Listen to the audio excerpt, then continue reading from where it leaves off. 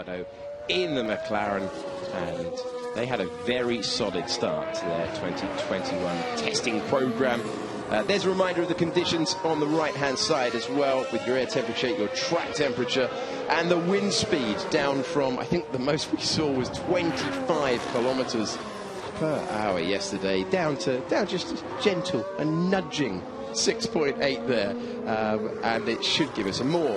What we really want is an end of speculation, a more complete picture of who's looking good, who's not looking so handy, and what we can expect when we have the opening Grand Prix of the year at the end of the month at this very circuit.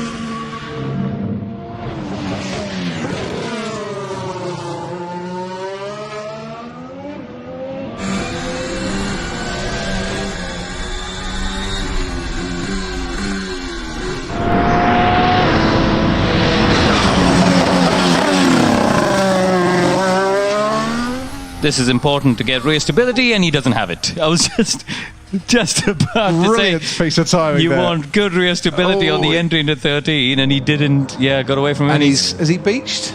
The rear tyre doesn't look to be beached, but the minute he puts his foot on the throttle, it sinks down. This will be a red flag.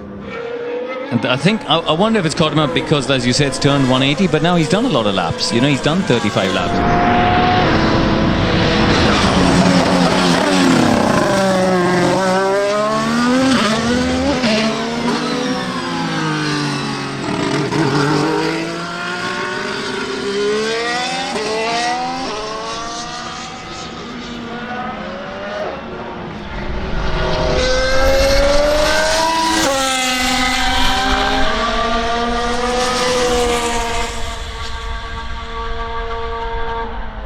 They've got pace right now, for what it's worth. I think we're I don't turn think... 4. Oh, he's going to probably lose it now. That was looking skittish.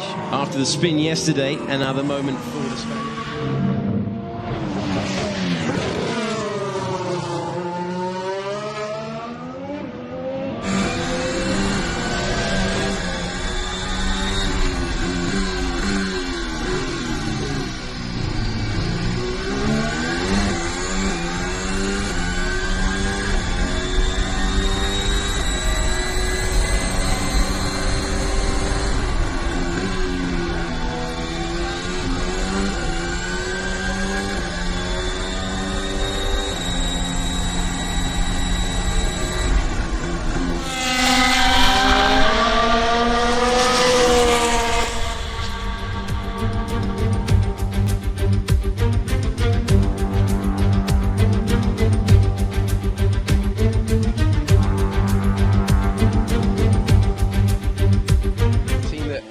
Under huge pressure to upgrade their engine to take it back to a competitive place. That's all the talk, was the power unit for Ferrari.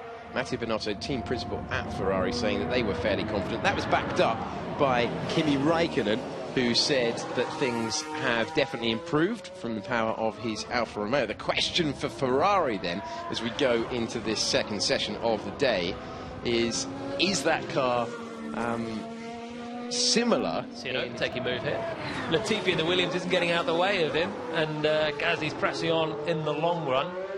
What's Latifi doing out there? He's just starting a flying lap that's... Well, he's just left the pits, actually, so he should be getting out of the way of Gasly behind him. But he ain't. Into turn 11. Frustrating when that happens and you're on a long run. You don't want to back off and give your tyres a chance to artificially cool and mess with the data.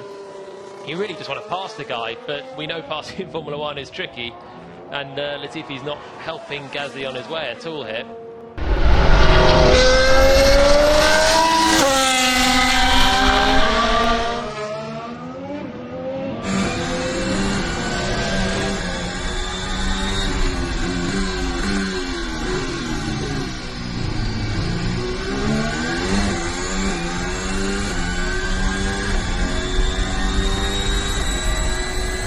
Let's have a little look here. We have the Williams. No, that's the engine cover. As soon as he's come off, as soon as he's come out of the slipstream and the winds hit that car, the engine covers just come to pieces. So there wasn't contact then. No. That's just literally turbulence. Ooh, on that bump. Lost it on the bump. was into anti-stall. So the I suspect, who was that? Was it Magnussen had a big one down there?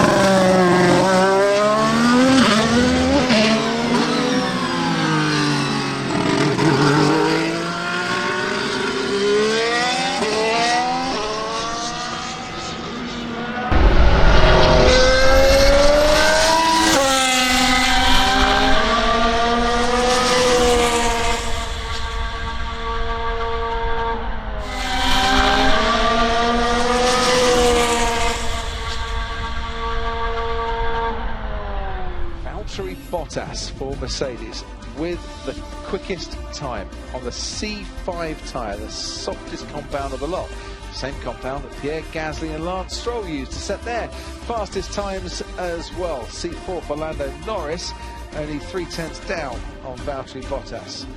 Antonio Giovinazzi, 125 laps for him today, C5 tyre, and ahead of Charles Leclerc in the Ferrari, 6th fastest. Nicholas Latifi on his day of testing, 132 laps. George Russell takes over the Williams tomorrow. Sergio Perez, 8th fastest. Red Bull not tempted really to be chasing qualifying simulations there. Daniel Ricciardo, this morning Daniel Ricciardo was the fastest man on the track on the C3 tyre. 9th fastest overall. Fernando Alonso, 128 laps on his return to Formula One, and his drive for Alpine today on a full day of testing for him. Yuki Tsunoda, 11th fastest, ahead of Mick Schumacher and Carlos Sainz. Nikita Mazepin, Lewis Hamilton, who was in the gravel a bit earlier, and Sebastian Vettel, who had gearbox problems.